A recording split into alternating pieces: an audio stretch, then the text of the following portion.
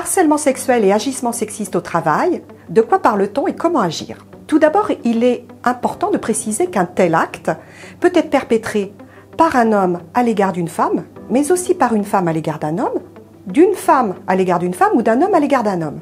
Quand on parle de sexisme au travail, il faut déjà identifier 3 sexismes. Le sexisme bienveillant, le sexisme masqué et le sexisme hostile. Le sexisme bienveillant, on va le retrouver sous forme d'appellations paternalistes familières, de compliments appuyés sur le physique, la tenue, mais aussi la valorisation de l'autre sur ses compétences qui sont perçues comme propres à son sexe. Le sexisme masqué peut prendre la forme de remarques, de blagues sexistes sous couvert de l'humour.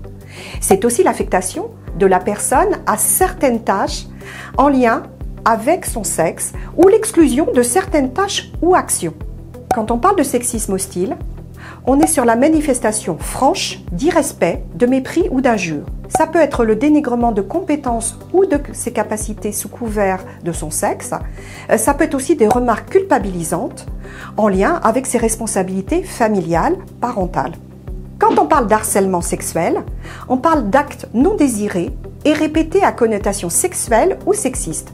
Des propos, des plaisanteries, sous forme de SMS, de courriels, d'images ou de vidéos. Toute forme de pression grave, même non répétée, dans le but réel ou apparent d'obtenir un acte de nature sexuelle, sera aussi qualifié d'harcèlement sexuel.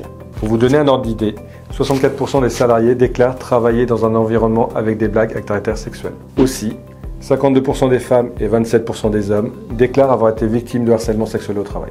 Quelles peuvent être les répercussions du harcèlement sexuel sur les personnes qui en sont victimes et comment les repérer? On va souvent observer des modifications du comportement de la personne, une somatisation, la mise en place de stratégies d'évitement face au risque et dans le temps, une dégradation de la santé physique et psychique de la victime. Sur le plan physique, on va observer de la fatigue, on peut observer des insomnies, les gens peuvent se plaindre de boules au ventre, de nausées, de vomissements et de migraines. Sur le plan psychique, il y a souvent une perte de confiance. On peut aussi observer de l'agressivité, de la culpabilité, de l'angoisse, du stress, de l'anxiété, des atteintes de panique, jusqu'au mutisme et à la dépression. Sur le plan professionnel, on va souvent observer une perte de motivation, du désengagement, des erreurs plus grandes en lien avec les résultats attendus. Le salarié peut aussi refuser des promotions, se retirer du collectif pour mieux se préserver et être davantage en arrêt maladie. Sur le plan financier, les impacts peuvent être nombreux.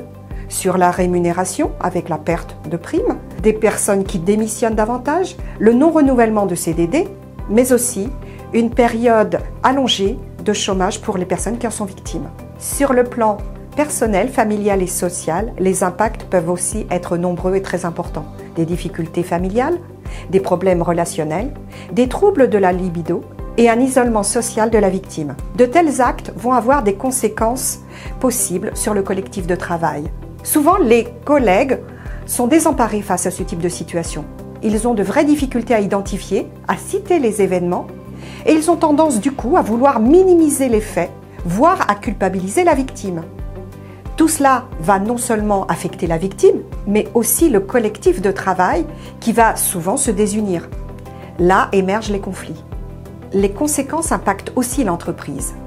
C'est tout d'abord le risque juridique, c'est aussi la baisse des performances possibles individuelles et collectives, la baisse de la productivité en conséquence, du turnover, avec des gens qui vont démissionner face à des situations tendues, conflictuelles, la perte évidente de compétences au sein de l'entreprise et l'altération de l'image de l'entreprise à l'extérieur qui peut nuire à leur capacité à bien recruter derrière.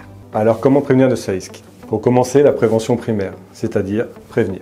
Il est nécessaire d'intégrer les risques liés aux agissements sexistes et harcèlement sexuel dans le DUERP et le plan prévention, mais aussi de mettre en place les mesures organisationnelles. J'entends par là composition des équipes, répartition du travail, horaire, déplacement.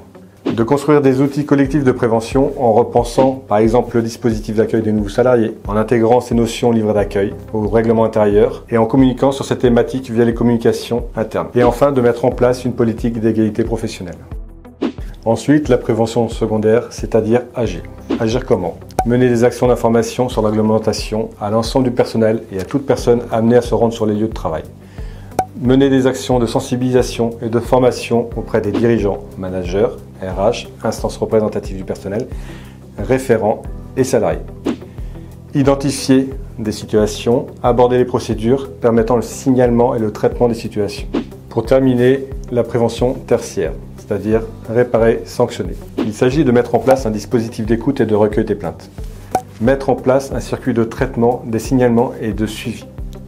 Mobiliser les personnes ressources externes, à savoir votre service de santé au travail, le médecin généraliste, le psychologue.